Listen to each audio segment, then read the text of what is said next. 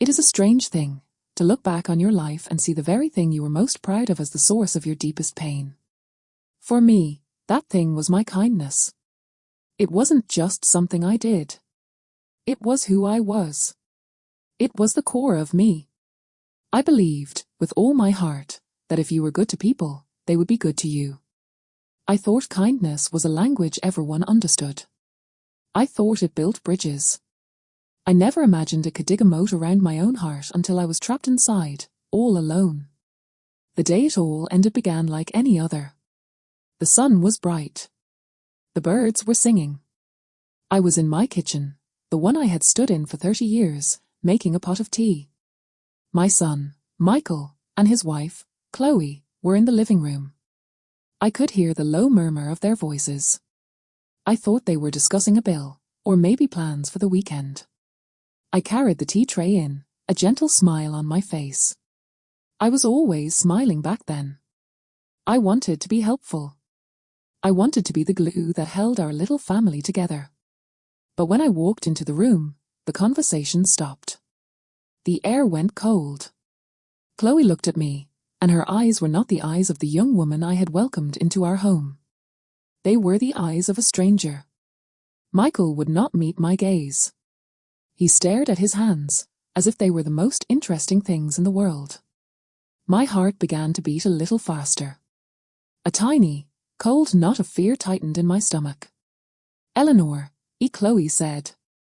Her voice was calm, too calm. It was the calm of a decided matter. "We need to talk." "Of course, dear," I said, my voice softer than I intended. I set the tea tray down on the coffee table. My hands were trembling, just a little. I clasped them together to make it stop. "Is everything all right? Is it work? Is it the baby?" They had been trying for a child for so long. I prayed it was good news. But it was not good news. It was the news that would break my world in two. "It's about the house, Mum," Michael said, finally looking up. His eyes were filled with a pain that confused me. Why would he be in pain? I was the one standing there, my smile fading, my heart starting to crack. "We feel," Chloe continued, picking up where he left off, as they always did, "that it's time for you to have your own space. And for us to have ours." The words hung in the air. They were simple words. Polite words. But their meaning was a sledgehammer. Your own space. I had lived in this house since my wedding day. I had raised Michael in this house. I had nursed my husband through his final illness in this house. Every corner, every creak in the floorboards, was a part of my story. I don't understand," I whispered. The room seemed to tilt. "This is my space." Chloe's lips pressed into a thin line. "Eleanor, this is our home now. Michael and I need to start our own family, our own life. Without a constant presence." A constant presence. That is what I had become. Not a mother. Not a grandmother-in-waiting. Not a helper. A presence. Like a piece of furniture that was always in the way. Like a shadow they could not shake. I looked at my son. My beautiful boy. The one I had read stories to, whose scraped knees I had kissed, whose dreams I had championed. "Michael?" I said, his name a question, a plea. He took a deep breath. "Mum, it's for the best. We found a lovely little apartment for you. It's not far. We'll visit all the time." The kindness was gone from his voice. It was all business now. A transaction. The eviction of the constant presence. And in that moment, I did not cry. I did not scream. I did not do any of the things I thought I would do. A strange calm settled over me. It was the calm of absolute realization. The calm of a truth so devastating that there are no tears left for it. I looked from my son's guilty face to my daughter-in-law's resolute one. I looked at the tea tray, the cups waiting to be filled. All the countless cups of tea. All the meals cooked. All the laundry folded. All the advice given gently. All the financial help. All the love poured so freely into this family. It had all been taken, consumed, and now the empty cup was being handed back to me. I smiled. It was a small, sad smile. A smile of goodbye. It was not a smile of happiness, but a smile of release. I had finally understood. All my life, I had been pouring from a cup I believed was bottomless. But they had seen it as a resource to be used. And now, it was empty. When? I asked, my voice surprisingly steady. The end of the month, Chloe said, a hint of relief in her eyes. She had expected a fight. She had expected tears. I just nodded. All right. I turned and walked out of the living room. I walked through the kitchen, down the hall, and into my bedroom. I closed the door softly behind me. I sat on the edge of my bed, the same bed my husband had died in 5 years ago. I looked at my hands, these hands that had worked so hard for others. And I finally let the truth wash over me. My kindness had not been a virtue to them. It had been a convenience. And my greatest mistake had been believing it was enough to earn me a permanent place in their hearts. The bridge I had built with a lifetime of love had just been burned, and I was left on the other side, completely alone. I have always been a giver. It started in my childhood. I was the oldest of 4, and when my father passed away too young, my mother struggled. She worked 2 jobs just to keep food on the table and a roof over our heads. So, I became a little mother to my younger siblings. I would get them ready for school. I would make them peanut butter sandwiches for lunch. I would help them with their homework at the kitchen table in the evenings. I didn't mind it. I actually loved it. I loved the feeling of being needed. I loved seeing my brother's face light up when I helped him solve a math problem. I loved braiding my sister's hair before school. It made me feel strong, capable. It gave me a purpose. My own dreams of going away to college, of studying literature, they quietly faded. They were luxuries we could not afford. My new dream was to keep our little family afloat. I met Robert when I was 20. He was a kind, steady man with a gentle smile. He saw how I cared for my family, and he told me it was one of the things he loved most about me. He said I had the biggest heart of anyone he had ever known. We got married in a small ceremony at our local church. My mother cried. She was happy for me, but I think she was also sad to be losing her chief helper. I promised her I would still be there every day. And I was. Robert and I moved into this very house. It was a modest semi-detached house, but to us, it was a palace. It was our own space, filled with hope and dreams. We painted the walls together. We planted a rose bush in the front garden. We saved for months to buy a proper sofa. Life was simple, but it was full of love. My kindness had found a new home, a new person to cherish. When Michael was born, my heart felt like it would burst. He was this tiny, perfect little person, and he depended on me for everything. All the love I had to give, all the caring energy I had, now had a perfect focus. I read to him every night. I made his costumes for the school play. I was the room mother for his class. I was the one all the other kids came to for a plaster and a hug. Robert would sometimes gently tease me.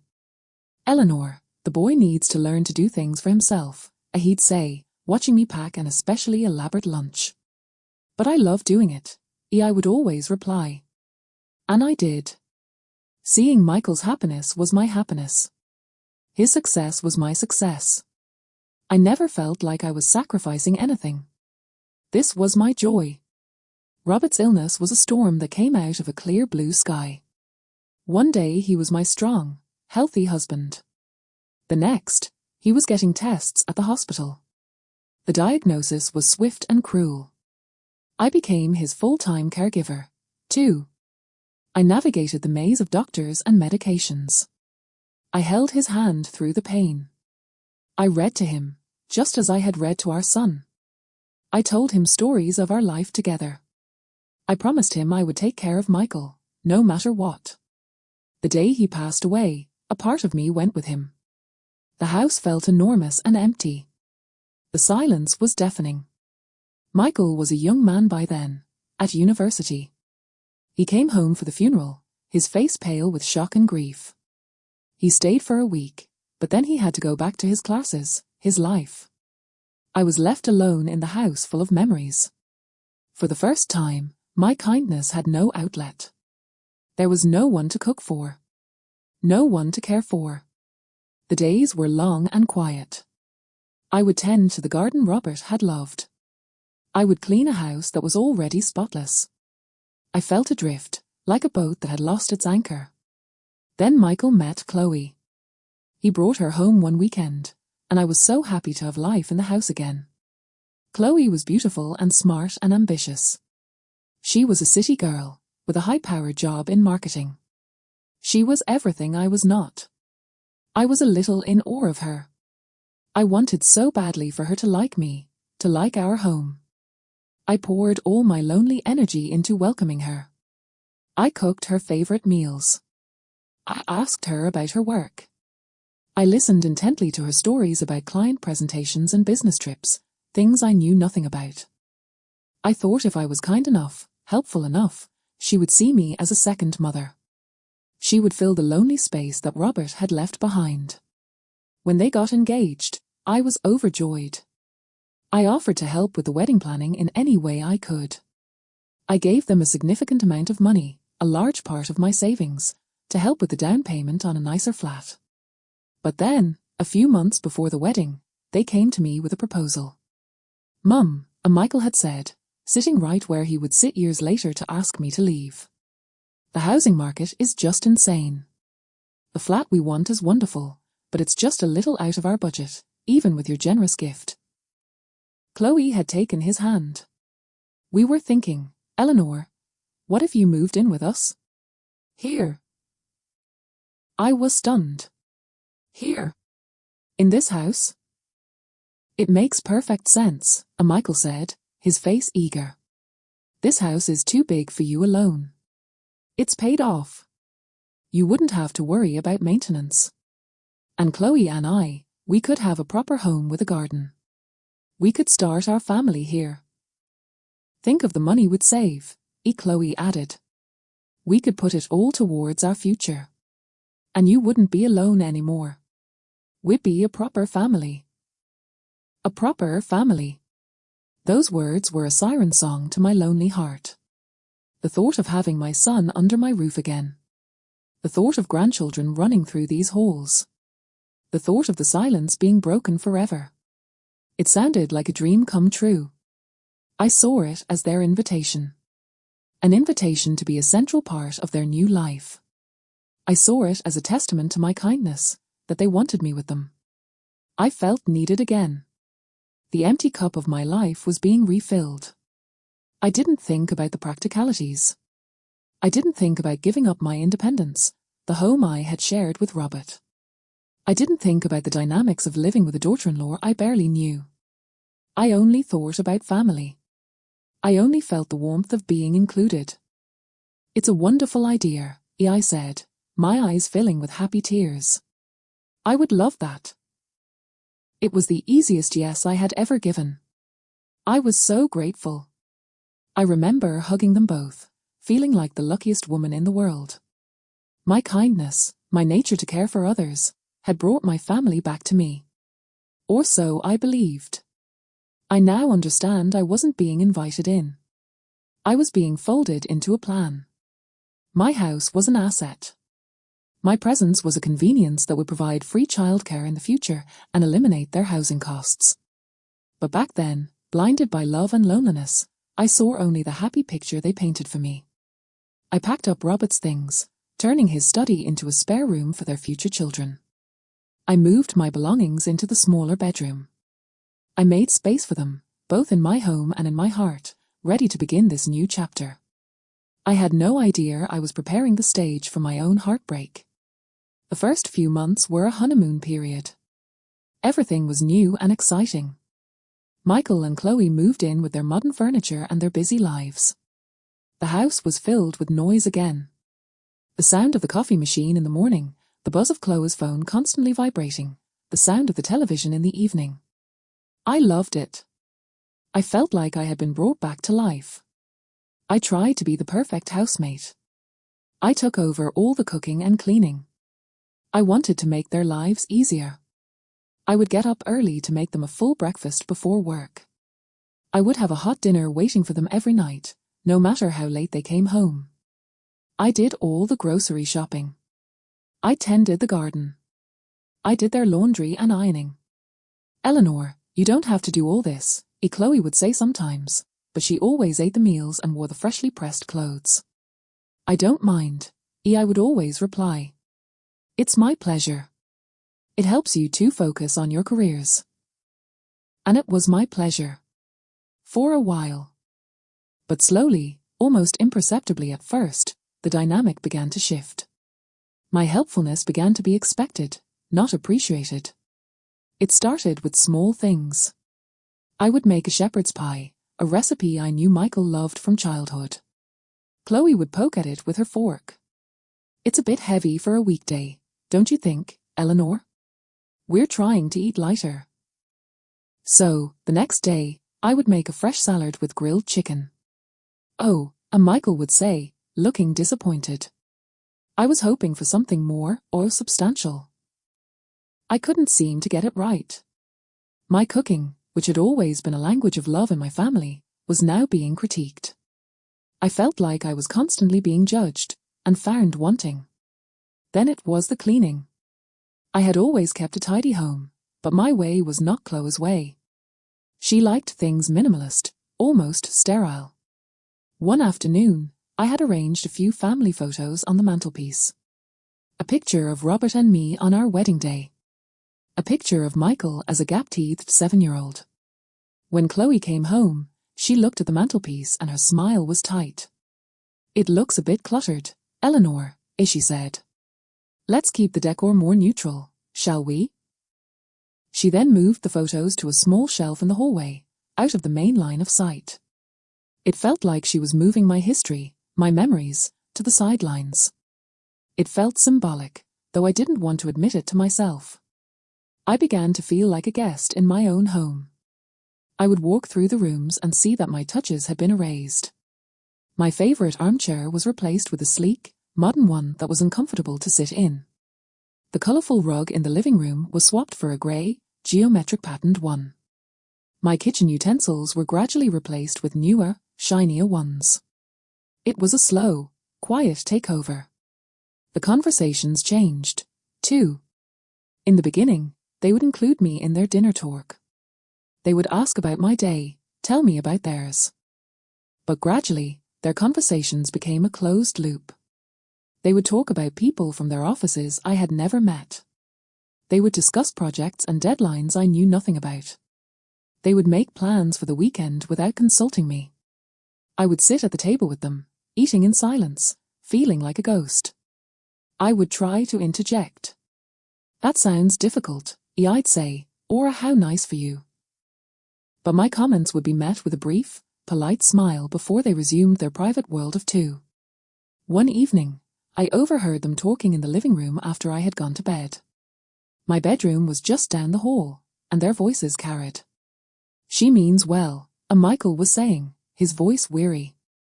"But she's always there, Michael," Chloe replied, her voice sharp with frustration. "It's like we never have any privacy. The constant cooking, the constant cleaning, it's smothering." My heart sank into my stomach. Smothering. My love, my care, was smothering. "I know," Michael sighed. "But what can I say? This is her house." "Was her house," Chloe corrected him. "It's our house now. She needs to understand that." I crept back to my bed, my face burning with shame. I felt like a fool. All my efforts to be helpful, to be kind, were being seen as an intrusion. I was trying to build a family, and they were seeing it as me building a cage around them. The next day, I tried to pull back. I didn't make breakfast. I stayed in my room until after they had left for work. I went for a long walk in the afternoon, so I wouldn't be there when they got home. I thought if I gave them space, they would miss my presence. They would appreciate me again. But when I came home, the house was quiet. They had ordered takeaway and eaten it in the living room, without saving any for me. The containers were still on the coffee table. There was no note. Noe, where were you? Noe, we missed you at dinner. It was as if they hadn't even noticed I was gone. That was the first time I felt a true, cold loneliness in that full house. It was worse than the loneliness I had felt after Robert died. This was an active loneliness. A loneliness of being invisible among the people who were supposed to see you most clearly. The final straw, before the turning point, was about money. They had been talking about getting a new car. A fancy SUV. I was in the kitchen, washing dishes, when the discussion turned serious. If we use the savings from the mortgage, we can just about manage the payments, Chloe was saying. But that's our emergency fund, Michael countered. Or, Chloe said, her voice dropping slightly, we could ask your mum. She has that other savings account, doesn't she? The one from your dad's life insurance. She doesn't need it. What is she going to spend it on? I froze, my hands in the soapy water. They were talking about the money Robert had left for me. The money that was to be my security, my cushion for the future. The money I had been so careful with. Michael was silent for a long moment. I don't know, Chloe. That's her money. It's just sitting there. We could pay her back. It's for the family, Michael. For our future children. Surely she would want to help with that? I couldn't breathe. My kindness had already given them my home, my labor, my daily life. Now they were eyeing the last piece of financial security I had. It was no longer about my help. It was about my utility. I was a resource to be drained. And in that moment, standing at the sink, I felt the first flicker of something other than sadness. It was a small, quiet spark of anger. But I quickly buried it. A good mother, a kind person, would not feel angry. A kind person would want to help. Wouldn't they? The tension was a thick fog in the house now. We all felt it. We tiptoed around each other. Polite smiles were exchanged. Thank you for dinner, Eleanor. You're welcome, dear. But the words were empty. The warmth was gone. We were three strangers living under one roof, bound by a terrible, unspoken agreement. I had given them everything, and it had made me worthless in their eyes. The stage was set. The breaking point was coming. I could feel it in the air, like the charged silence before a storm. The change in our family, the final unraveling, can be traced to 2 lines on a small, white stick. Chloe was pregnant. When they told me, my initial reaction was pure, unadulterated joy. A baby. A grandchild. A new life to love and cherish. All the tension of the past months seemed to melt away in an instant. This was it. This was the purpose of our living arrangement. This was the missing piece that would bind us together as a true family. Congratulations. I cried, hugging them both. This is the most wonderful news. For a few weeks, the fog lifted. We were united in our excitement. I dug out Michael's old baby clothes. I started knitting a blanket. I researched the best prams. I felt needed again, useful in the most important way. Chloe even seemed warmer towards me. She asked for my advice on morning sickness. She let me come with her to one of her ultrasound appointments. Seeing that little grainy image on the screen, the tiny, flickering heartbeat, filled me with so much hope. This child would heal us. I offered, without them asking, to be the primary caregiver when Chloe went back to work. It would save you so much money on nursery fees, I said. And you know the baby will be loved and safe with me. They exchanged a look I couldn't quite read. "That's very generous, Mum," and Michael said. "We'll definitely think about it." I assumed it was a yes. I started planning how I would convert the small sunroom into a nursery. I looked at cot beds online. In my mind, my future was set. I would be the doting grandmother, the backbone of this new little family. My kindness had found its ultimate expression. Chloe was about 5 months pregnant when I noticed the brochures. They were for new build houses on the other side of town. Modern, 3-bedroom homes with open-plan living areas and small, low-maintenance gardens. "Are you thinking of moving?" I asked one evening, trying to keep my voice light as I pointed to the brochure on the coffee table. Chloe glanced at Michael. "Just looking, Eleanor," as she said smoothly. "It's always good to know what's on the market. For the future." A cold dread began to creep into my heart. The future. A future that, in my mind, was here, in this house, with a baby. But they were looking at 3-bedroom houses. A master bedroom, a nursery, and a guest room. There was no room for me in that equation. The dread grew over the following weeks. They started having quiet, intense conversations that would stop the moment I entered the room. Michael became withdrawn, avoiding my eyes. Chloe started referring to the baby's room as the nursery, not the sunroom, as if it had always been destined for that purpose and not as my proposed project. The breaking point came on a rainy Tuesday. I had been to the supermarket and bought a beautiful, soft yellow yarn to knit a little cardigan for the baby. I was sitting in the living room, the rhythmic click of my needles a soothing sound, feeling content. Chloe came home from work, her coat dripping with rain.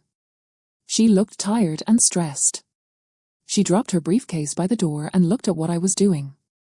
"Yellow," as she said, her tone flat. "We don't know the gender yet." "Oh, yellow is lovely for any baby," I said cheerfully. "It's the color of sunshine." She didn't reply.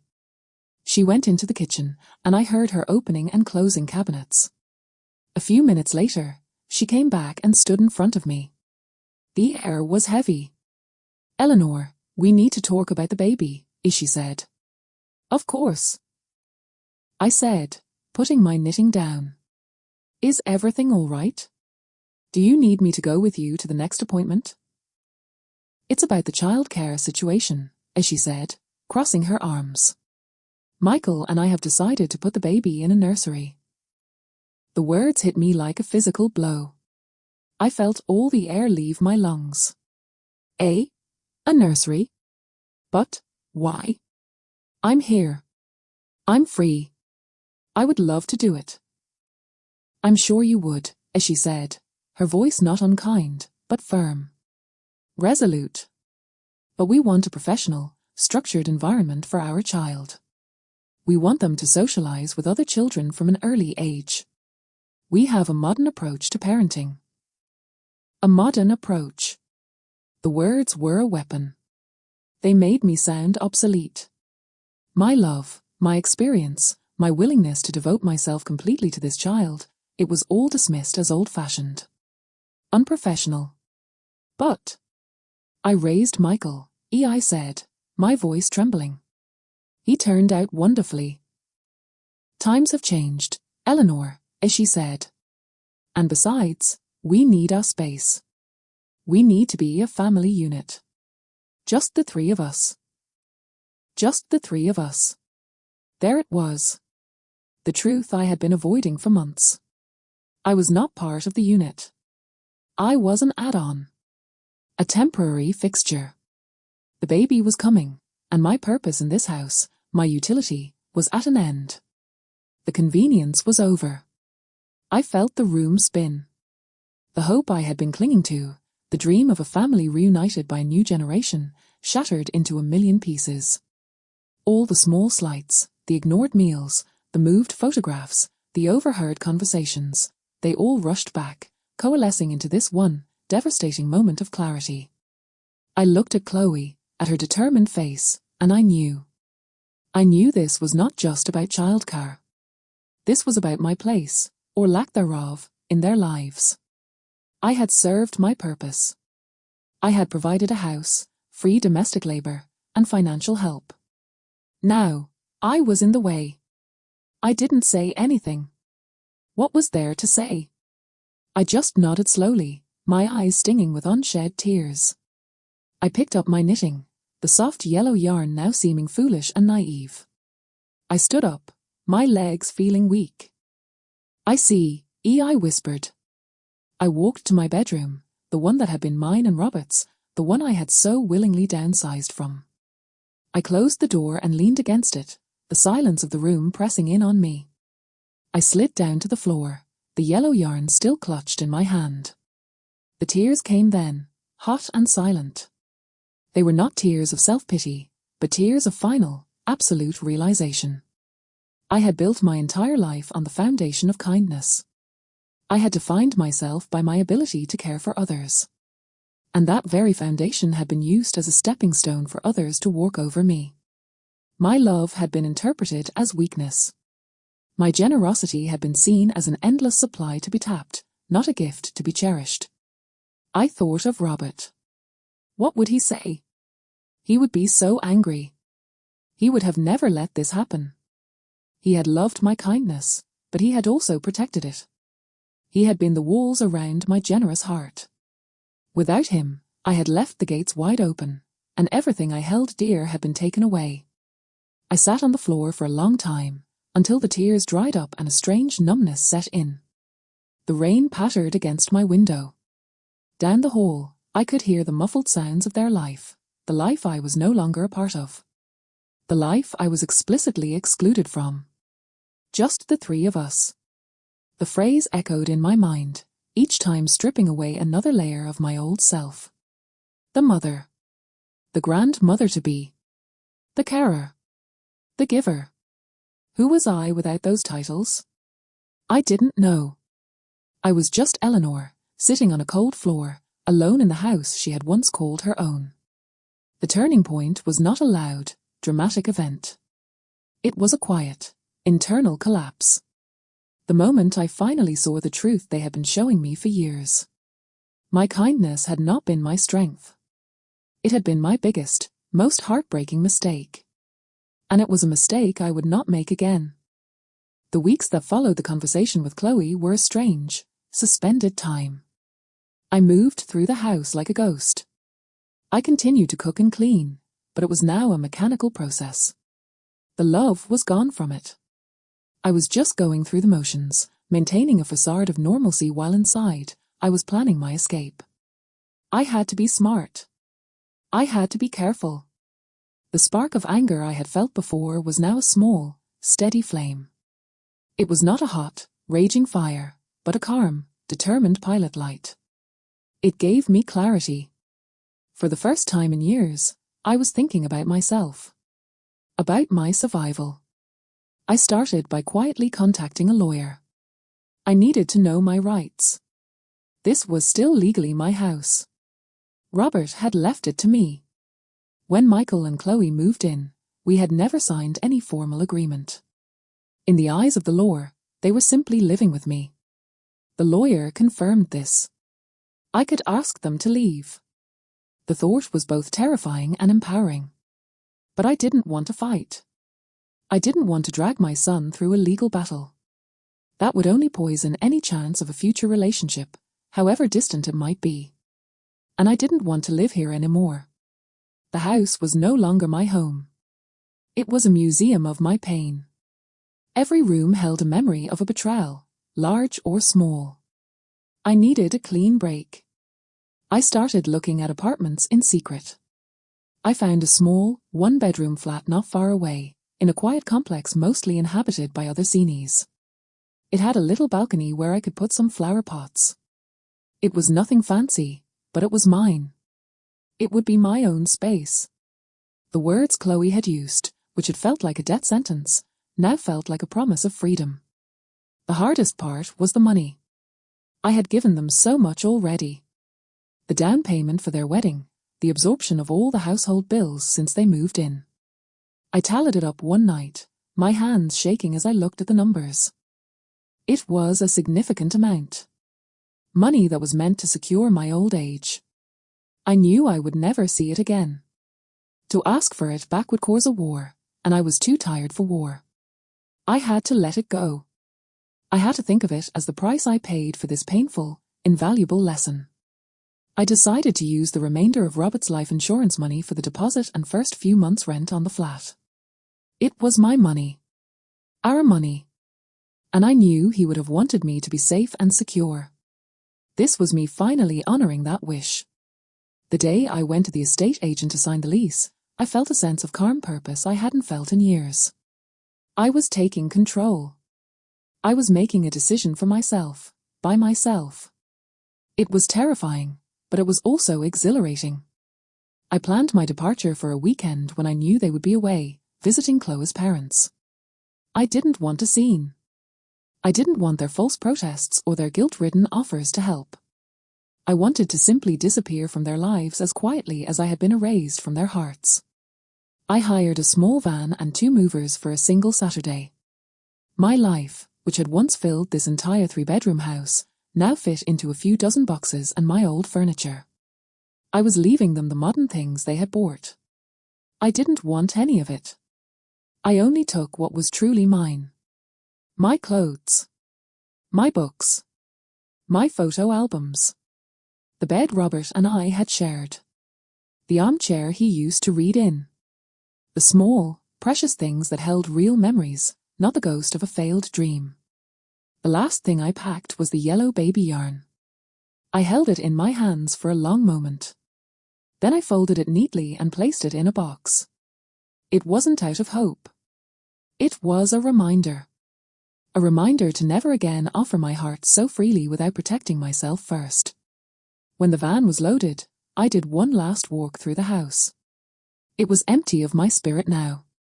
It was just a shell. I stood in the doorway of the room that was to be the nursery. The room I had once thought would be my project, my joy. Now it was just a room. I felt a profound sadness, but it was a clean sadness. It was the sadness of goodbye, not the agony of rejection. I left my house keys on the kitchen counter. I did not leave a note. What could I say? Goodbye. I hope you're happy. There were no words that could capture the complexity of what I felt. Silence was the most honest response. I closed the front door for the last time and got into the passenger seat of the moving van.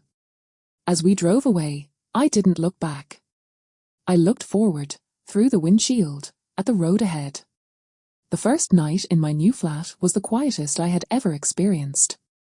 It was not the lonely silence of my old house after Robert died. It was my silence.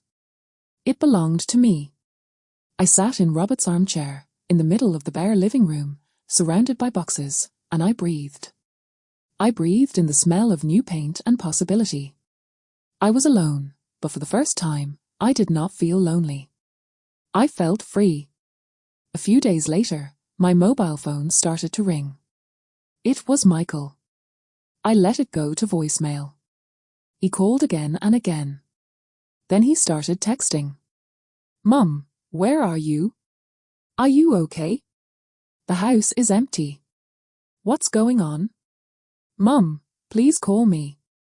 I'm worried. I waited until the evening to call him back. I needed to be calm. I needed to be strong. Mum, he answered on the first ring, his voice frantic. Where are you? What happened? We thought something terrible had happened to you. I'm fine, Michael, I said, my voice even and calm. I've moved out. There was a long silence on the other end of the line. You are what? Moved out? Why? Where? I've rented a flat. It's not far. It's small, but it's mine. But, why would you do that? We were going to talk about everything. We were going to figure things out. I almost laughed. Figure things out? They had already figured everything out. They had figured out that I was in the way. Michael, I said softly. There was nothing left to figure out. You and Chloe made it very clear that you needed to be a family unit. Just the three of you. I was respecting your wishes." He was silent again. I could hear his breathing, heavy and ragged. I could imagine the guilt warring with the relief in his heart. "Mum, it's not like that. We never wanted you to leave." "Didn't you?" I asked, not with accusation, but with simple curiosity. "When you started looking at 3-bedroom houses, where was the room for me? When you decided on a nursery for the baby, where was the need for me? You didn't want me to leave, Michael, because you didn't want to feel like the bad guys. But you did want me gone. There's a difference." He had no answer to that. The truth, spoken calmly, is a powerful thing. "This is my house, Mum," he said finally, his voice weak. "It was my house, Michael," I corrected him gently. "And I have given it to you. It is my final gift to you and your new family. The deed will be transferred into your name. Consider it an early inheritance." I heard a sharp intake of breath. He hadn't expected this. He had expected a fight, tears, recriminations. He had not expected a quiet, decisive surrender that felt more like a victory. "Mum, I don't know what to say." "You don't have to say anything," I replied. "The paperwork will be with the lawyer. I wish you and Chloe all the happiness in the world. I truly do. And when the baby comes, I would like to be its grandmother. From a distance. On your terms. But I will understand if you need time." We, of course you will be the grandmother," he stammered. "Goodbye, Michael," I said. "I love you."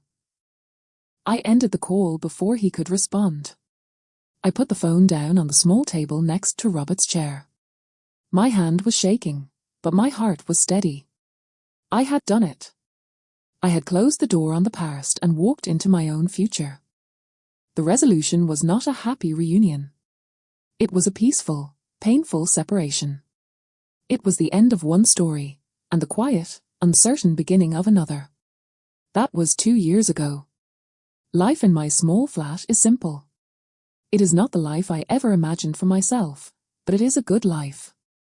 It is an honest life. The first few months were the hardest. The silence was a companion I had to get to know. I had to learn how to be alone without being lonely. I had to learn how to be kind to myself. I started small.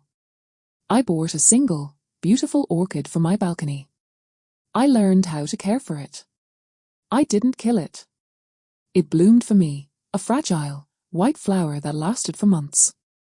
It felt like a small victory. I joined a local walking group for seniors. At first, I just walked in silence, listening to the chatter of the others. But slowly, I started to talk. I met a woman named Margaret, a widow like me, who loved gardening. We started having tea together once a week. It was not a deep, profound friendship, not yet. It was a connection. A thread tying me to the world outside my own grief. I did not cut Michael out of my life completely. That would have been a punishment for myself as much as for him. We have a new relationship now. It is distant, and polite, and careful. He visits me once a month, usually on a Sunday afternoon. He comes alone. We sit on my balcony and he tells me about his work. He shows me pictures of my grandson, Leo. Leo is a beautiful boy. He has Michael's eyes. I see him once every few months. They bring him over for a short visit. I hold him, I smell his sweet, baby smell, I feel the overwhelming surge of a grandmother's love. But I am careful. I do not offer to babysit. I do not buy him extravagant gifts. I give him my full, undivided attention for the hour he is here, and then I kiss him goodbye and hand him back to his mother. Chloe is always polite. She compliments my flat. She asks how I am. We are like two diplomats from countries with a fraught history, maintaining a careful peace. There is no warmth, but there is no war either. It is the best we can manage. I have accepted that. The hardest part of this new life has been forgiving myself. For a long time, I was so angry at myself. I would lie awake at night and replay all the moments where I should have spoken up. I should have set boundaries. I should have kept my house. I should have kept my money. I should have lived my own life after Robert died, instead of trying to live it through my son. I saw my kindness as a foolish, stupid trait that had led to my ruin. I thought I needed to become hard, cynical, and closed off to protect myself. But one day, while I was having tea with Margaret, she was telling me about her son, who rarely called her. She was sad, but not bitter. She said, "You know, Eleanor, we can only love with the heart we have. We can't love halfway. It's not in our nature." Her words stayed with me. I thought about them for a long time. Was my kindness really the mistake? Or was the mistake allowing my kindness to have no boundaries? Was the mistake thinking that giving everything would guarantee me love and security? I realized that my kindness was not the flaw. It was a beautiful part of who I am. The flaw was in believing that it was a currency I could spend to buy a permanent place in someone's heart. Love doesn't work that way. Family doesn't work that way. I had to learn the difference between giving from a full cup and giving from an empty one. For most of my life, I had been giving from an empty cup, hoping that the act of giving would somehow fill me back up. It never does. It just leaves you drained. Now, I fill my own cup first. I buy myself a new book simply because I want to. I take a long bath without feeling guilty that I'm not doing something for someone else. I say a no to things I don't want to do. It feels strange at first, powerful later. My relationship with Michael is teaching me about a new kind of love. A love that doesn't smother. A love that doesn't demand. It is a love that exists at a distance. It is watching him be a father from afar, feeling pride without needing to be involved. It is loving my grandson with an open heart, but with no expectations. It is a quieter love, perhaps, but it is a true one because it is not tangled in need and resentment. I have started volunteering 1 day a week at a local charity shop. I sort through donated clothes and books. I help customers. I do it not because I need to be needed, but because I enjoy the routine. I enjoy the simple act of being helpful in a context that has clear boundaries. I go in, I do my shift, I come home. My kindness has a place to go now that doesn't consume me. Sometimes, when I'm folding clothes at the shop or watering my plants on the balcony, I think about Robert. I don't feel the sharp pain of loss anymore. I feel a warm, grateful sadness. He loved me for my big heart. He would not want this experience to shrink it. He would want me to protect it, yes, but not to lock it away. So, the lesson I have learned, the one I carry with me every day, is this: kindness is not a mistake. It is a strength. But like any strength, it must be guided by wisdom. Wisdom to know who deserves it. Wisdom to know when to give it. And, most importantly, the wisdom to save a little of that kindness for yourself. My story does not have a fairy tale ending. Michael and I do not have a tearful reconciliation where he begs for my forgiveness. Chloe and I do not become the best of friends. The family I dreamed of, all living under one roof, does not exist. But my story has something better. It has peace.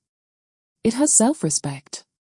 It has a quiet flat that is truly my own, where I am not a constant presence, but the main character. The pain of the past is still there, but it has softened. It has become a part of my history, not the definition of my present. If you are listening to this, and you see yourself in my story, if you are the one always giving, always helping, always trying to earn your place through kindness, please hear me. Your kindness is a gift. It is not a payment. Do not let anyone make you feel that it is a debt you owe. Give freely, but from a heart that is already full. Love deeply, but never at the cost of loving yourself. It took me a lifetime to learn that the person I needed to be kindest to was the woman I saw in the mirror every morning. She had been waiting for so long. She is still learning. She still has bad days. But she is free. And she is, finally, at peace. The door to my past is closed. The window to my future is open, and the sunlight on my balcony is warm. And that, for now, is enough.